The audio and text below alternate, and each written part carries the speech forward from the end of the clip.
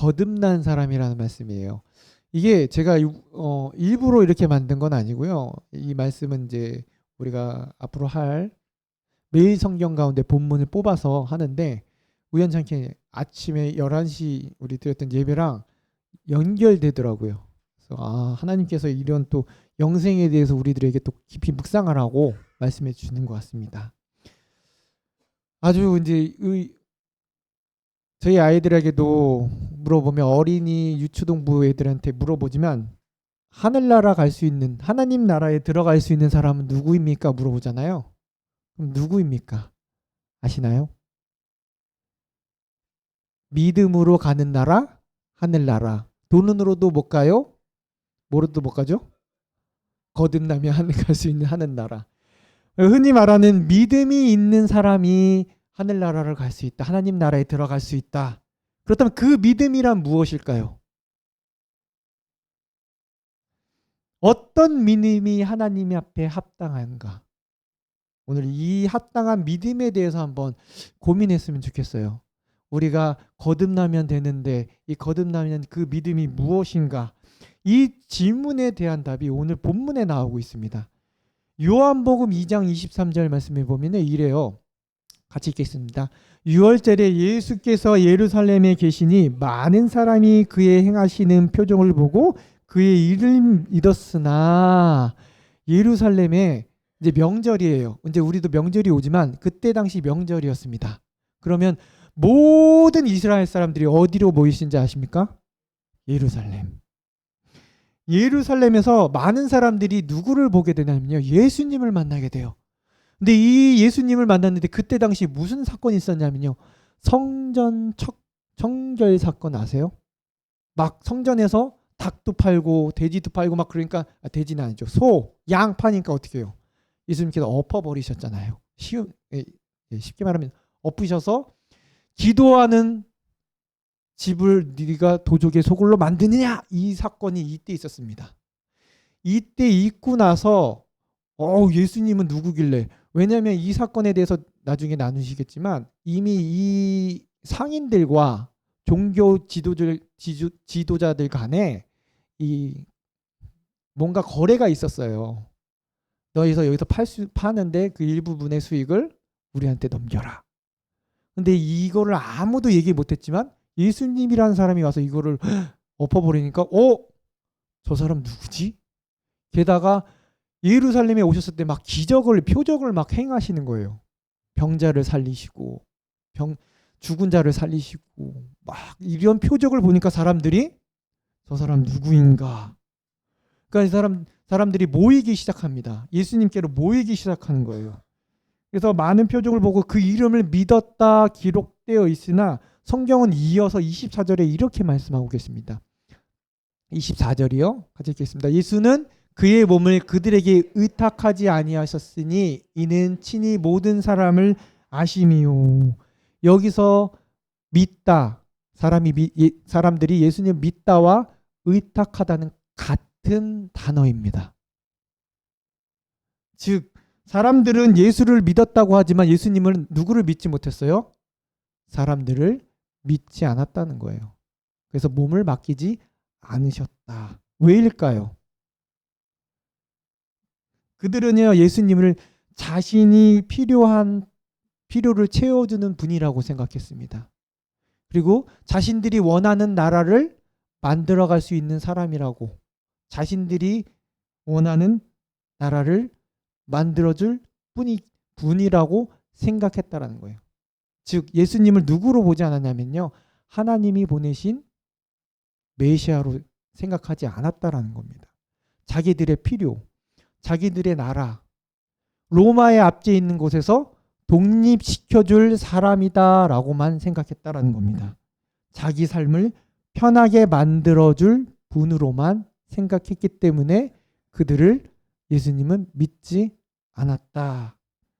그래서 그 믿음은 감탄이었어요. 우와! 하지만 어떻게 해요? 헌신하지 않았다는 겁니다. 영접하지 않았다는 거예요. 누굴요? 예수님을 메시아로 영접하지 않았다. 그렇다면 하나님은 누구에게 자신을 맡기실까요? 누구에게 하나님 나라를 맡기실까요? 어떤 믿음을 가진 사람이 하나님 나라에 합당한 자일까요? 오늘 본문에 등장하는 사람이 있습니다. 이 요한복음에는 이에 대해서 두 명이 등장해요. 3장에는 우리가 보고 있는 니고데모, 4장에는 사마리아 여인. 오늘은 3장에 나오는 니고데모를 한번 보겠는데요. 오늘 이 일을 통해서 합당한 자가 누구인지를 한번 함께 나누길 원하는데요. 예수님이 이와 같은 성전 청결, 사건, 그리고 표적들을 막 예루살렘에 나타내시니까 이 예루살렘 전체가 흔들렸습니다. 예수님에 대한 사람들의 관심이 폭발적이었죠. 그리고 이 관심이 종교 지도자들에게까지 귀에 들린 거예요. 그중 한 사람이 누구냐면 바로 니고데모입니다. 1절 말씀 같이 읽겠습니다. 그런데 바리새인 중에 니고데모라 하는 사람이 있으니 유대인의 지도자라. 그는 바리새인이었고 또 뭐예요? 유대인의 관원이었습니다. 예수님께서도 나오지만 직접 이스라엘 선생이라고 부를 정도로 어떻게 해요? 존경받는 인물이었습니다. 그는 유대 종교 권력의 중심에 있던 사람이었죠. 그런데 그는 밤에 누굴 찾아오나요? 예수님을 찾아옵니다. 왜 밤이었을까요? 맞아요. 아까 오전에 말씀했듯이 사람들의 눈을 피하기 위해서. 왜요? 이미 예수님은 요주의 인물이었거든요. 눈의 가시였습니다. 성전 청결 사건 이후로 어떻게 하면 예수를 죽일까? 그런 분을 몰래 찾아간다는 것이 위험한 일입니다. 근데 요한복음에서 이 밤에 대한 의미는요, 시간적인 의미도 있지만 뭐예요? 영적인 어두움을 말하기도 합니다. 우리가 생각하는 캄캄한 밤을 말하기도 하지만 아직 빛을 완전히 만나지 못한 사람에 대해서 밤이라고 여기는 겁니다. 그러니까 니고데모가 밤에 속한 자였어요. 빛을 완전히 보지 못한. 하지만 동시에 그는 누굴 찾아왔나요? 빛을 찾기 위해 예수님을 찾아온 자이기도 합니다. 왜요? 이 사람도 영적인 갈급함이 있었습니다. 부자라고 갈급함이 더 많았던 것이죠. 그래서 위험을 감수하고 예수님께 찾아옵니다. 그는 이렇게 말합니다. 2절 말씀이요. 그가 밤에 예수께 와서 이르되 라삐여,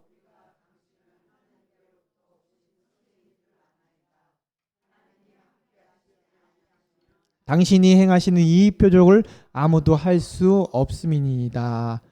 여기서 내가 아니에요. 내가, 니고데모 혼자가 아니라 우리가라고 얘기합니다. 우리가. 그는 개인이 아니라 종교 지도자들을 대표하는 입장에서 말하는 거예요.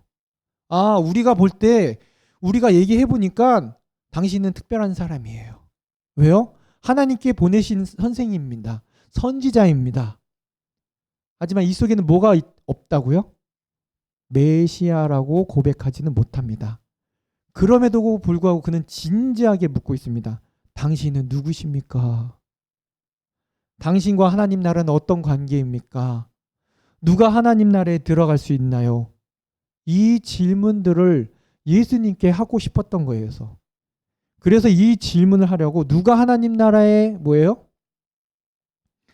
들어가기 합당한 자입니까? 라고 얘기합니다.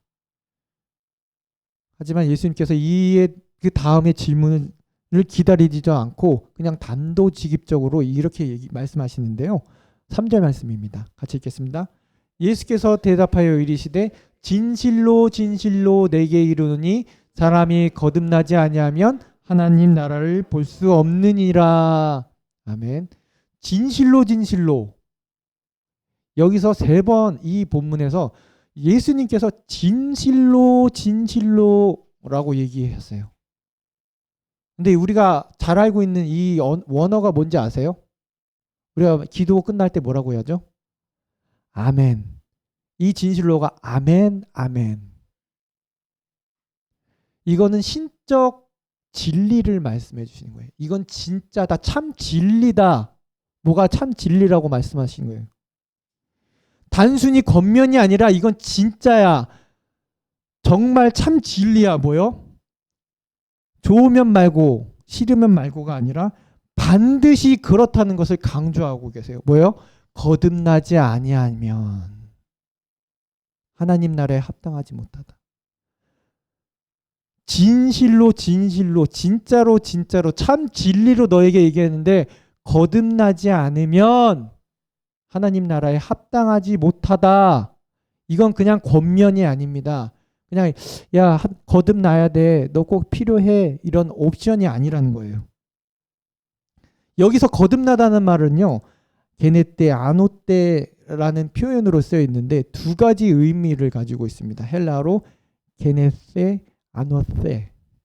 의도적으로 두 가지 의미를 동시에 담고 있는데요. 다시 태어나다라는 의미가 있습니다. 그리고 두 번째는요. 위로부터 태어나다. 즉 거듭남은 이와 같은 겁니다. 내가 결심해서 되는 것이 아니다. 내가 노력으로 이루는 것이 아니다. 내가 종교적으로 열심히 살아서 얻는 것이 아니다. 네. 잠이 확 깨시죠? 자, 거듭남에 대해서 진실로 말하는데요. 내가 하고 싶어서 거듭날 수 있다 없다? 네, 없어요. 그러니까 뭐예요? 다시 태어나다, 위로 태어나다 그러기 때문에 거듭남은 네.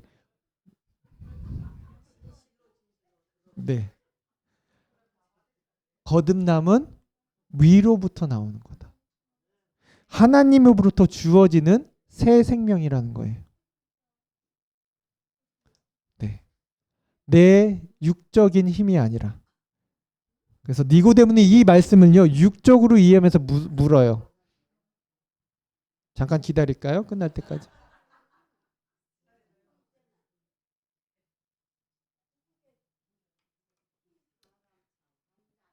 니고데모는요 이 말씀을 육적으로 이해하면서 묻습니다. 4절 말씀인데 한번 볼게요.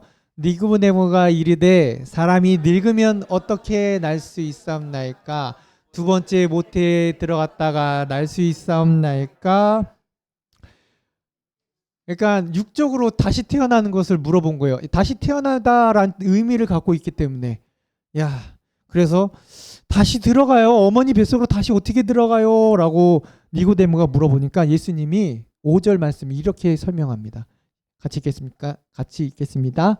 예수께서 대답하시되 진실로 진실로 내게 이르노니 사람이 물과 성령으로 나지 아니하면 하나님의 나라에 들어갈 수 없느니라. 아멘.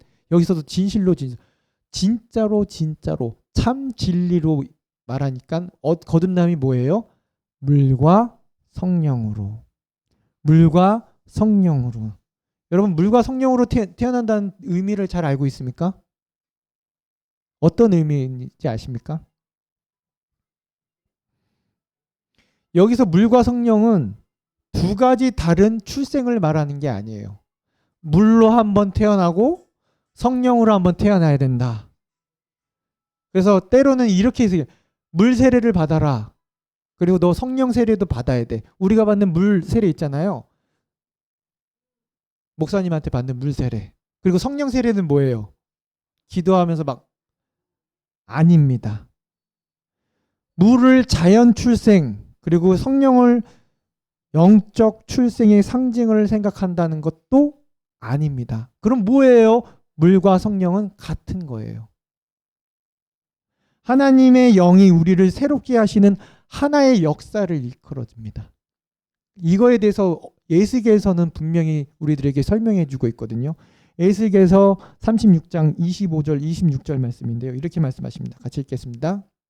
에스겔서 같이 읽겠습니다. 맑은 물을 너에게 뿌려서 너희로 정결하게 하되 곧 너희 모든 더러운 것에서와 모든 의사숭배에서 너희를 정결하게 할 것이며 또 새 영을 너희 속에 두고 새 마음을 너희에게 주되 너희 육신에서 굳은 마음을 제거하고 부드러운 마음을 줄 것이며 아멘. 같은 의미예요. 물과 성령으로 거듭난다는 의미는 내 안에 죄가 씻겨지는 일, 마음이 새로워지는 일, 하나님의 생명이 우리 안에 들어오는 일을 말씀해 주고 있다라는 거예요. 그래서 거듭난다라는 것은 개선, 고쳐지는 게 아니라 뭐예요? 변화입니다. 그래서 수정하는 게 아니라 아예 새롭게 태어나는 재창조의 일입니다. 종교 생활의 업그레이드가 아니라 존재 자체가 아예 변하는 거예요. 이제 하나님의 사람이에요. 세상의 사람이 아니라 아예 존재 자체가 바뀌는 거예요. 그래서 예수님이 이렇게 말씀하십니다. 6절 말씀인데요. 육으로 난 것은 육이요, 영으로 난 것은 영이니. 그래서 아무리 종교적으로 경건해도, 아무리 율법을 잘 지켜도, 아무리 도덕적으로 흠이 없어도 그건 모두 어디에 속한 것이요? 육에 속한 것이에요. 아무리 내가 열심히 하려 해도 육에 속한 것이다. 육으로 난 인간은 결코 육의 힘으로 하나님 나라에 들어갈 수 있다 없다?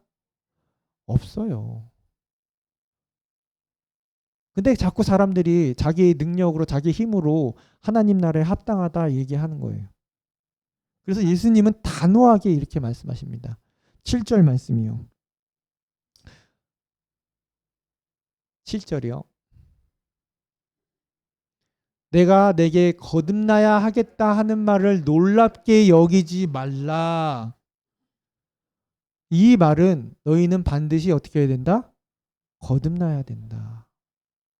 다른 거 없다. 거듭나야 된다. 이거는 니고데에게만 한 말씀이 아니라 그 당시 모든 인간들에게 하시는 말씀입니다. 거듭남은 선택사항이 아니라 필수 조건. 있으면 좋은 신앙, 없으면 하나님 나라에 들어갈 수 없는 절대 조건. 있으면 좋은 신앙이 아니라는 거예요. 그리고 이 거듭남은 인간의 생각이나 의지로 어떻게 해요? 만들어낸 것이 아니라 뭐예요? 성령의 역사로만, 물과 성령으로만 이루어지는 겁니다. 그럼 오늘부터 봉사 안 하시겠네요? 아니요. 거듭난 자들만이 하나님 나라에 합당하기 때문에 주의 일을 더 열심히 할 수 있습니다. 그래서 예수님은 성령의 역사를 뭐라고 표현하신지 아세요? 우리가 잘 아는 8절 말씀입니다. 같이 읽겠습니다. 바람이 임으로 불매 내가 그 소리는 들어도 어디서 와서 어디로 가는지 알지 못하나니 성령으로 난 사람도 다 그러하니라. 여러분, 바람 우리가 만들 수 있어요. 물론 선풍기가 있어서 만들 수가 있잖아요. 근데 우리가 통제할 수 있나요? 없습니다. 그러나 분명히 존재하고 있다라는 것을 알고 있어요. 바람이 분다. 하지만 잡을 수도 없고 어디로 옮길 수도 없고, 마찬가지로 성령으로 거듭나게 하시는 역사도 같다라는 거예요. 우리가 할 수 있는 게 아니라는 겁니다. 우리가 계획하거나 조정할 수 없다. 하나님의 주권으로만 행사하시는 분명한 역사가 성령의 역사다. 그래서 여러분, 거듭남이란 내가 하나님께 다가가는 것이 아니라 뭐예요? 하나님께서 나에게 다가오시는 거예요. 내가 교회에 오고 싶어서 왔다라는 말은 틀린 거예요. 주님께서 나를 부르셨기 때문에 이 자리에 있는 겁니다. 하나님께서 여러분들에게 다가가셨기 때문에. 내가 하나님을 붙드는 것이 아니라 하나님이 나를 붙드는 은혜인 거예요. 나는 내가 하나님을 붙잡고 있는 줄 알았는데 하나님은 나를 붙들고 계세요. 내가 붙들면 맨날 놓치잖아요. 근데 은혜가 뭔지 아세요? 나는 놓쳐도 하나님은 붙잡고 계신다는 거예요. 거듭남이란 종교를 가지는 것이 아니라 생명을 얻는 것입니다. 신앙을 시작하는 것이 아니라 새 존재로 태어나는 것입니다. 그리고 이 거듭난 자만이 뭐라요? 예수님을 단순히 선생님이라고 하는 것이 아니라 뭐예요? 십자가에 달리신 구주로 믿을 수 있는, 나의 구주로, 나의 주인으로 모시는 것입니다. 그러므로 하나님 나라를 실제로 볼 수 있고 그 나라에 들어갈 수 있다라는 것입니다. 그러니까 내가 주님을 믿는다는 거, 거듭났다는 증거죠. 근데 그게 내 마음대로 되는 것이 아니라 하나님께서 나를 초대해 주셨기 때문에. 니고데모는요, 이스라엘의 선생이었지만 예수님의 말씀을 이해하지 못했다라고 해요. 그래서 어떻게 이런 일이 있을 수 있습니까? 라고 반문해요. 이런 건 말도 안 됩니다. 예수님은 그에게 이렇게 말씀하십니다. 너는 이스라엘 선생이 되어서 이런 것도 알지 못하느냐? 야, 너는 지도자, 종교 지도자인데다가 바리새인인데다가 똑똑한데 너는 이런 것도 모르냐라고 책망하세요. 근데 그 사람이, 그 니고데모가 모르는 이 문제는 개인의 문제가 아니라요, 유대교 전체의 영적 상태를 보여주는 것입니다. 그들은 성경은 너무 잘 알고 있지만 뭘 몰라요? 성경이 가리키는 메시아를 알아보지 못했다는 겁니다. 그래서 예수님은요, 우리와 너희를 구분하시는데요. 11절 말씀 보겠습니다.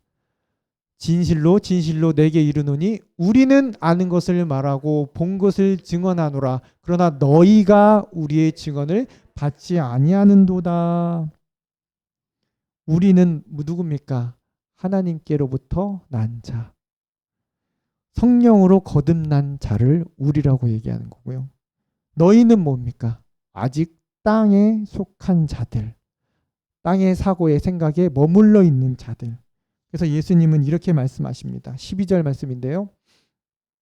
내가 땅의 일을 말하여도 너희가 믿지 아니하거든 하물며 하늘의 일을 말하면 어떻게 믿겠느냐. 내가 땅의 일을 말해도 너희들 이해도 못하고 믿지도 않는데 하늘의 일을 어떻게 말할 수 있겠냐. 지금 니고데모는요, 땅의 일, 거듭남에 대해서도 이해를 못해요. 기본적인 영적 진리도 받아들이지 못하는데 어떻게 하늘의 일은 뭘까요? 십자가의 비밀, 그 구원의 비밀에 대해서 더욱더 이해할 수 없다라는 거예요. 땅의 일, 거듭남에 대해서도 모르지만 넌 하늘의 일이었던 십자가에 대해서도 이해할 수 없을 것이다. 왜냐하면요, 제자들도 이해를 못했어요. 내가 십자가에 달려서 3일 만에 부활할 거다 계속 얘기하면 뭐라고 얘기해요? 그런 말 하지 마세요. 그런 일이 없기를 바라요. 왜요? 그들도 땅의 생각만 했기 때문에, 자기 생각만 했기 때문에. 예수님이나 니고데모에게 이에 대해서 구약의 한 사건을 떠올리게 하십니다. 14절입니다. 같이 읽겠습니다. 모세가 광야에서 뱀을 든 것 같이 인자도 들려야 하리니. 잘 아시죠? 모세가 민수기 21장에 보면요, 이스라엘 백성들이 광야에서 또 불만을 터뜨립니다. 그러니까 어떻게 해요? 불뱀에 보내서 물려 죽게 됩니다. 그때 하나님께서 모세에게 놋뱀을 만들어 장대에 달게 하십니다. 그리고 이렇게 말씀하십니다. 그것을 바라보는 자는 살 것이다. 상식적으로 보면 말이 되지는 않습니다. 뱀에 물렸는데 놋으로 만든 뱀을 보고 어떻게 해요? 살아난다. 우리 같으면 119를 불러야 되잖아요. 어떻게 이해가 되겠습니까?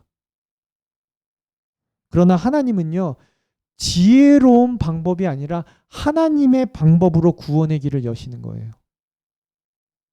사람들의 지혜로운 방법, 뱀에 물리면 어떻게 해요?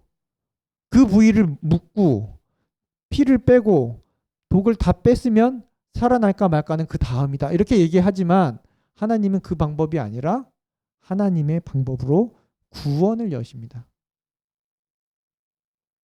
사람들은 그 말씀을 단순히 믿고 장대에 달린 놋뱀을 바라보기만 하면 어떻게 해요? 그 결과 사는 거예요. 단순히 믿으면. 그것이 바로 내가 할 일. 인자는 내가 십자가에 들릴 것이다. 예수님이 말씀하십니다. 15절 말씀. 이는 그를 믿는 자마다 영생을 얻게 하려 하심이니이다. 이걸 믿는 자는 영생을 얻게 하려 하심이니이다. 그를 믿는 자마다. 노뱀을 바라보는 것이 구원이었듯이 십자가를 바라보는 것이 뭐예요? 구원이라는 거예요. 예수님을 바라보는 것이 구원이라는 거예요. 이것이 하나님의 방식입니다, 여러분. 사람의 지혜로는 이해할 수 없어요. 세상 사람들은 이해할 수 없어요. 저 예수가 십자가에 달려 죽은 거를 이해할 수가 없어요. 왜 저 사람을 믿어야지 왜 살 수 있을까? 하지만 하나님의 방법이에요. 그러나 이 하나님의 방법을 누가 믿는다고요? 성령으로 거듭난 자만이 받아들일 수 있는 진리라는 겁니다. 이제 제가 흐름을 분명하게 다시 한번 되짚어 드린다면, 거듭나야 하나님 나라를 볼 수 있고, 그러면 성령으로 난 자만이 거듭날 수 있는데, 거듭난 자만이 인자 대신 예수를 믿을 수 있고, 예수를 믿는 자는 영생을 얻게 된다.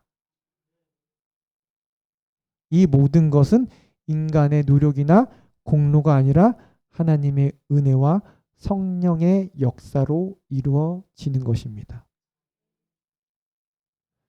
니고데모는 아직 이 단계에 이르지 못했고, 그는 예수님을 존경했고 선생님으로 인정했지만 아직 십자가에 달린 메시아로는 받아들이지 못했다는 것입니다. 그래서 그는 아직 밤에 머물러 있는 거예요. 여러분, 이 말씀을 니고데만 향한 말씀이라고 생각하지 마십시오. 오늘 우리를 향한 말씀이에요. 우리는 예수님을 믿는다고 말합니다. 그러나 우리는 어떤 예수님을 믿고 계십니까? 아침에 말씀드렸듯이 우리가 믿는 예수님은 누구입니까? 내가 거듭난 자라면 나의 문제를 해결해 주는 예수님입니까? 나의 삶을 편하게 만들어 주실 예수님입니까? 아니면 십자가에 달린 나의 죄를 대신 지신 주님이십니까?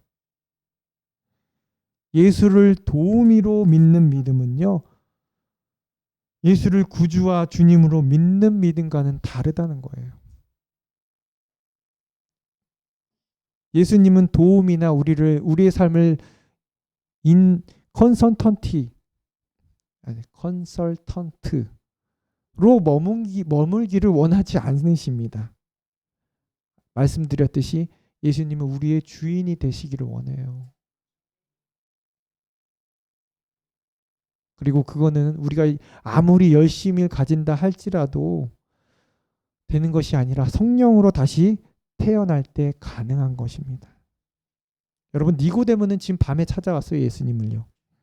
그의 이야기가 여기서 끝났으면 아침에 보았던 그 부자 청년과 똑같은 모습으로 끝났을 거지만, 요한복음 7장에서 그는요, 공회에서 예수님을 변호합니다. 요한복음 19장에서는요, 아리마대 요셉과 함께 예수님의 시신을 장사합니다. 밤에 찾아온 그는 마침내 빛을 향해 나아가는 거예요. 오늘 여러분들은 어디에 계십니까? 아직 밤에 계신가요? 아니면 빛을 향해 나아가고 계십니까? 저도 빛을 향해 나아가는 사람 중에 하나예요. 오늘 주님은 우리에게 말씀하십니다. 사람이 물과 성령으로 거듭나지 아니하면 하나님의 나라에 들어갈 수 없다. 오늘 우리는요, 우리의 종교, 우리의 노력, 우리의 자랑을 내려놓고 오직 십자가만을 바라보며 십자가만을 자랑할 수 있는 저희가 되길 원합니다. 녹뱀을 바라본 자들처럼 십자가를 바라보며 예수를 믿는 영생을 얻는 저와 여러분들 되기 이 시간 간절히 기도합니다.